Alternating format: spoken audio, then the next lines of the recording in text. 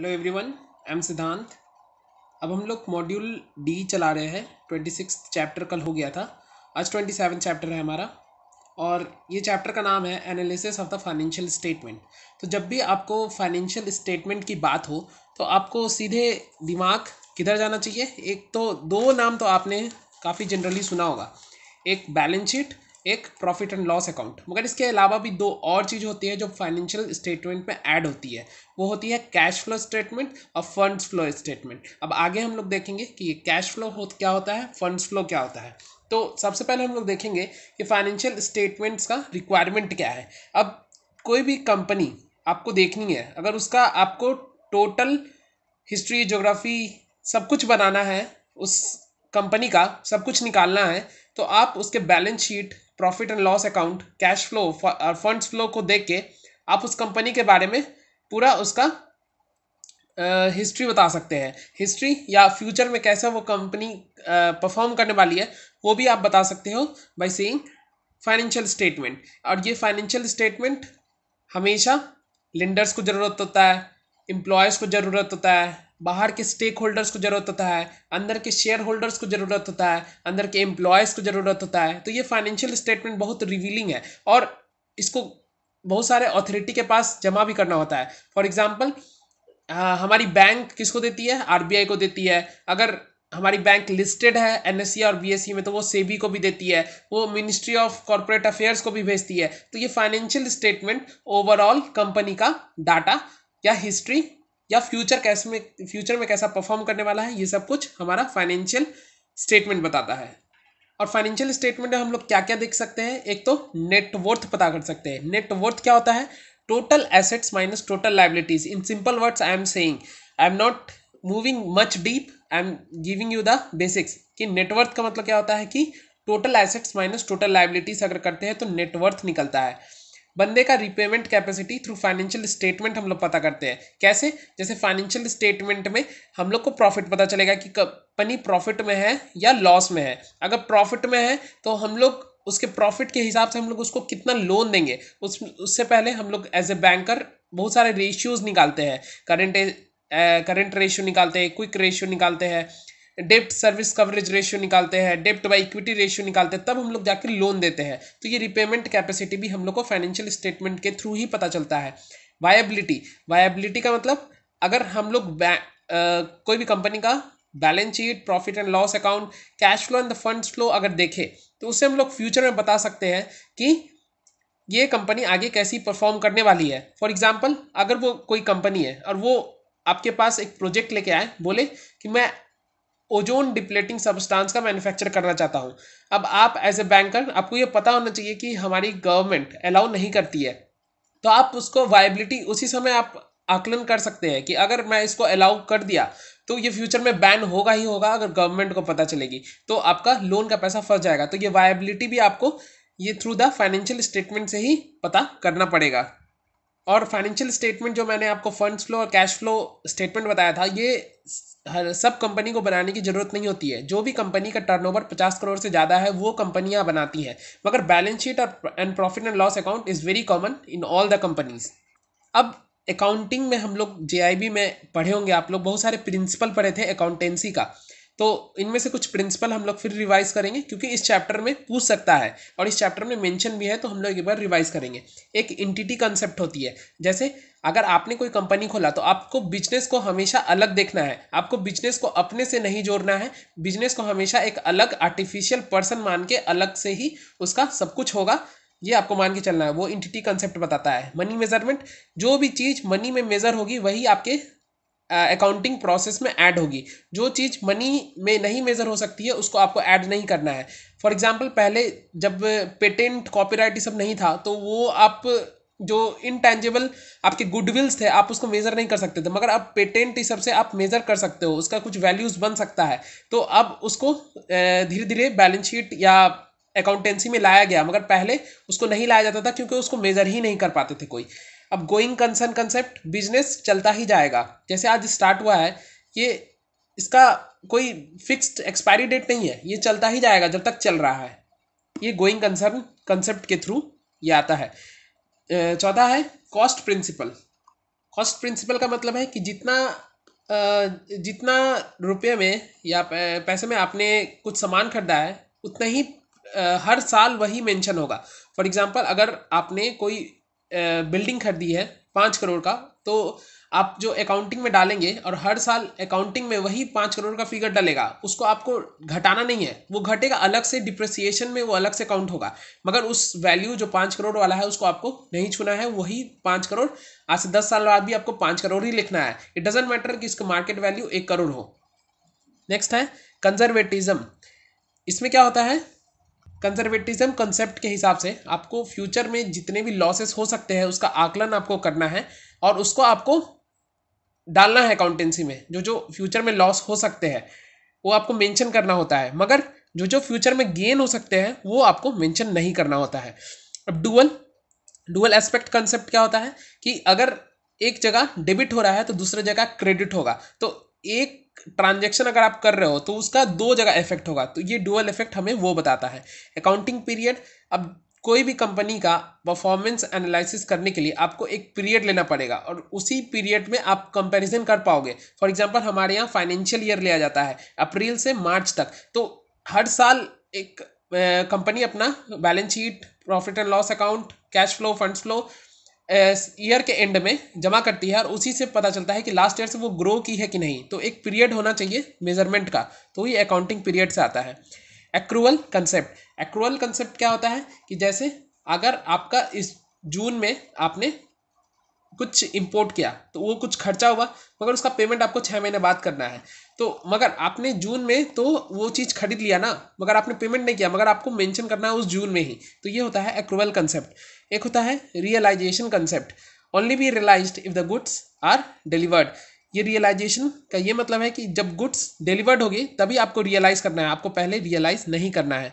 एक होता है मैचिंग कंसेप्ट। मैचिंग कंसेप्ट में क्या होता है, एक्सपेंस उसी ईयर में आपको रिकॉर्ड करना होगा जिसमें रेवेन्यू अर्नड हुआ है, ये होता है मैचिंग कंसेप्ट। अब हम लोग ये सारा रिवीजन कर लिए हैं। अब हम लोग नेक्स्ट देखते हैं कि legal angle of the financial statement.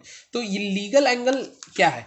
अब आपको पता है कि हमें जो फाइनेंशियल स्टेटमेंट बनाना है ये मैंडेटरी है हर एक कंपनी को, तो किस हिसाब से उसका कोई लीगैलिटी तो होना चाहिए ना। तो उसका लीगैलिटी ये है कि कंपनीज लॉ में मेंशन है। तो कोई भी कंपनी अगर बैलेंस शीट या प्रॉफिट एंड लॉस अकाउंट बनाती है तो इसलिए बनाती है क्योंकि कंपनी लॉ में वो मेंशन है, अगर वो नहीं बनाएगी तो उसको पेनल्टी लगेगा या जेल भी हो सकता है। तो ये हुआ कंपनी का। अब बैंकिंग को भी अलग से बैंकिंग रेगुलेशन एक्ट में ये मेंशन है कि आपको हर साल अकाउंटिंग करना है और बनाना है, balance sheet and profit and loss account. तो balance sheet and the profit and loss account can be made in horizontal और the vertical, any way they can make. Accounting period हमें पता है फाइनेंशियल ईयर हमारा अप्रैल to मार्च है। ये accounting period जरूरी नहीं है कि आप 12 मंथ का ही लो, इंडिया में सब 12 मंथ का लेते हैं, कहीं कहीं 15 मंथ्स भी अलाउड है, कहीं कहीं 18% भी अलाउड है, मगर आपको परमिशन लेना पड़ेगा रजिस्ट्रार का इसमें। और नेक्स्ट, अगर आपने कोई कंपनी खोल दी है और आप मान लीजिए वो कंपनी में कुछ प्रोडक्शन ही नहीं हो रहा है मगर वो कंपनी कहीं ना कहीं रजिस्टर्ड है, तो आपको तब भी फाइनेंशियल स्टेटमेंट जमा करना पड़ेगा। तो ये होता है main legal angle of the financial statement. अब हम लोग देखेंगे कि ये फंड्स फ्लो और कैश फ्लो क्या है। कैश फ्लो तो आपको नाम से ही पता चल रहा होगा, कैश में जो भी कैश यूज हमारे यहाँ कंपनी में आ रही है या कंपनी से जा रही है, कैश फ्लो स्टेटमेंट में वही हम लोग आकलन करते हैं कि कितना कैश गया, इस पीरियड में कितना कैश आया, इस पीरियड में ज़्यादा कैश गया या कैश आया, तो ये सब आकलन हमारा कैश फ्लो स्टेटमेंट से हो जाता है। और बैंकर्स जब आप लोन लोगे तो ये कैश फ्लो आप देखते हो, क्योंकि इससे आपको लिक्विडिटी पता चलती है कि कंपनी की लिक्विडिटी कैसी रही। मान लीजिए आप मार्च में देखना चाहते हो तो ज़्यादा कैश आया या कैश गया, अगर कैश ज़्यादा जाएगा तो वो बंदा आपको लोन कर रिपेमेंट कैसे करेगा, तो ये सब चीज़ हम लोग देखते हैं लोन देने से पहले। एक होता है funds flow statement. Funds flow का क्या है, सिंपल में मैं आपको बताता हूँ, आपको ज़्यादा अंदर नहीं जाना है। ये सिंपल सा होता है कि आपका लॉन्ग टर्म फंड कितना यूटिलाइज हो रहा है हमारे शॉर्ट टर्म कैपिटल एसेट्स में, शॉर्ट टर्म करंट एसेट्स में, ये होता है फंड्स फ्लो। तो फंड्स फ्लो में आपका मेन कंसेप्ट होता है नेट वर्किंग कैपिटल। तो नेट वर्किंग कैपिटल का भी आप डेफिनेशन पढ़े होंगे, एक तो होता है current asset minus current liabilities, ये हुआ फॉर्मूला। और नेट वर्किंग कैपिटल को एक और तरीका से बोलते हैं कि नेट वर्किंग कैपिटल वो होता है जो आपका लॉन्ग टर्म फंड से आपका शॉर्ट टर्म करंट एसेट्स में जो यूज हुआ हो जो मनी, वो होता है नेट वर्किंग कैपिटल। तो ये फंड्स फ्लो में हम लोग वही देखते हैं कि लॉन्ग टर्म फंड से हमारा कितना यूज हुआ है शॉर्ट टर्म काम।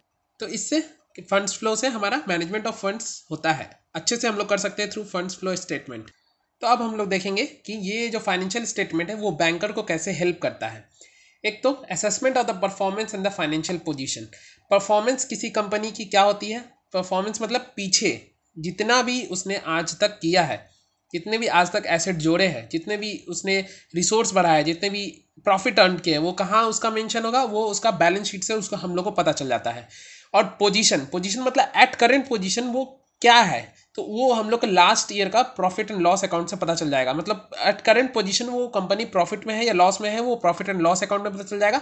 और कोई कंपनी का हिस्ट्री पूरा जानना है तो आपको बैलेंस शीट से पता चल जाएगा। तो ये assessment of performance and the financial position, ये हम लोग को पता चल गया।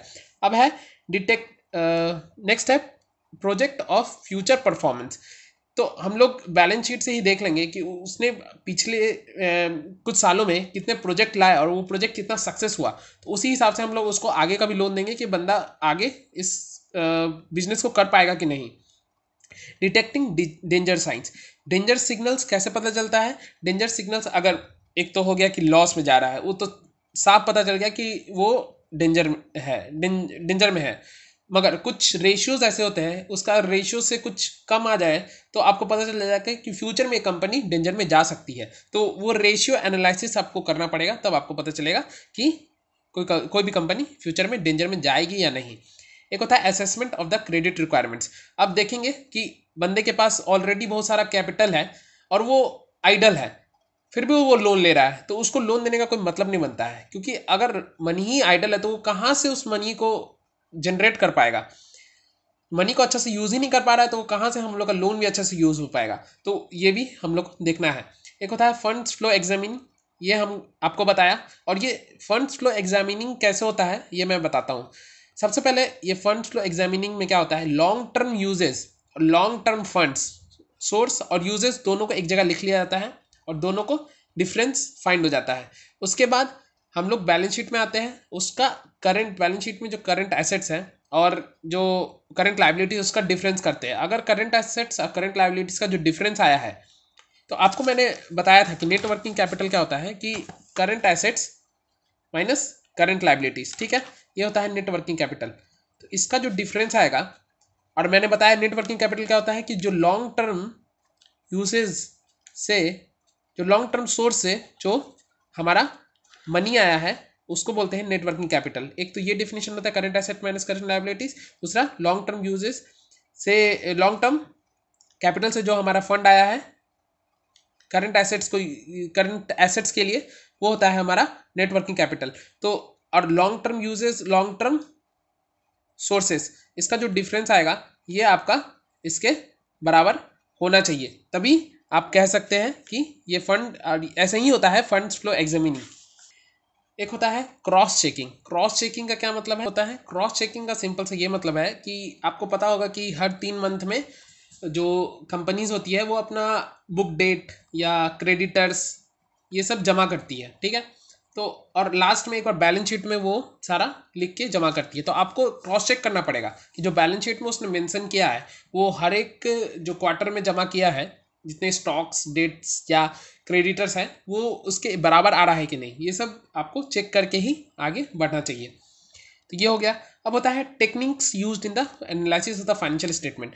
बैंक्स पूरा फाइनेंशियल स्टेटमेंट नहीं पढ़ती है, हम लोग रेशियोज निकालते हैं। रेशियोज के आधार पे हम लोग को लोन देना है कि नहीं हम लोग डिसाइड करते हैं। तो हम लोग कौन कौन सा रेशियोज निकालते हैं वो देखिए पहले। एक तो फंड फ्लो एनालिसिस आपको बता दिया कैसे करना है।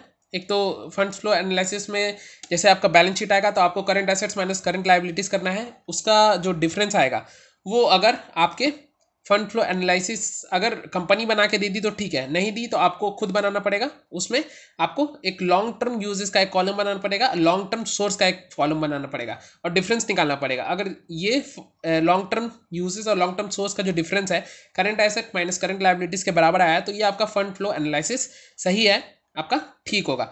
और रेशियोज क्या क्या है, तो रेशियोज पढ़ने से पहले हम लोग एक इंपॉर्टेंट चीज़ देखेंगे कि सेल्स क्या होता है, ऑपरेटिंग प्रॉफिट क्या होता है, प्रॉफिट बिफोर टैक्स क्या होता है और प्रॉफिट आफ्टर टैक्स क्या होता है।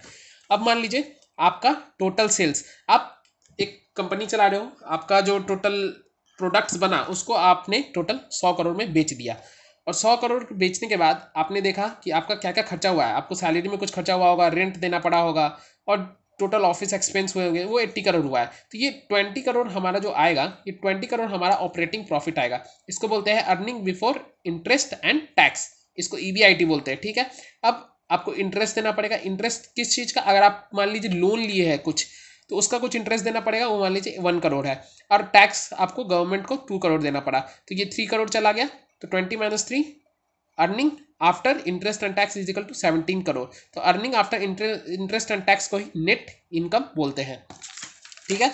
अब हम लोग ये समझ गए, सेल्स समझ गए, ऑपरेटिंग प्रॉफिट समझ गए, प्रॉफिट बिफोर टैक्स समझ गए, प्रॉफिट आफ्टर टैक्स समझ गए, ठीक है। अब रेशियो एनालिसिस देखते हैं, क्या क्या रेशियोज हम लोग एज ए बैंकर यूज करते हैं वो यहाँ देखेंगे। एक तो होता है प्रॉफिटेबिलिटी रेशियो। प्रॉफिटेबिलिटी रेशियो का जब भी निकलेगा वो नेट सेल्स को कंपेयर करके निकलेगा, तो जब इसमें हमेशा डिनोमिनेटर में नेट सेल्स होगा। तो प्रॉफिटेबिलिटी का मतलब क्या होता है कि आपको कितना प्रॉफिट हो रहा है। तो प्रॉफिट का मतलब क्या क्या हुआ, एक तो प्रॉफिट बिफोर टैक्स हो सकता है, एक तो प्रॉफिट आफ्टर टैक्स होता है, एक ऑपरेटिंग प्रॉफिट हो सकता है।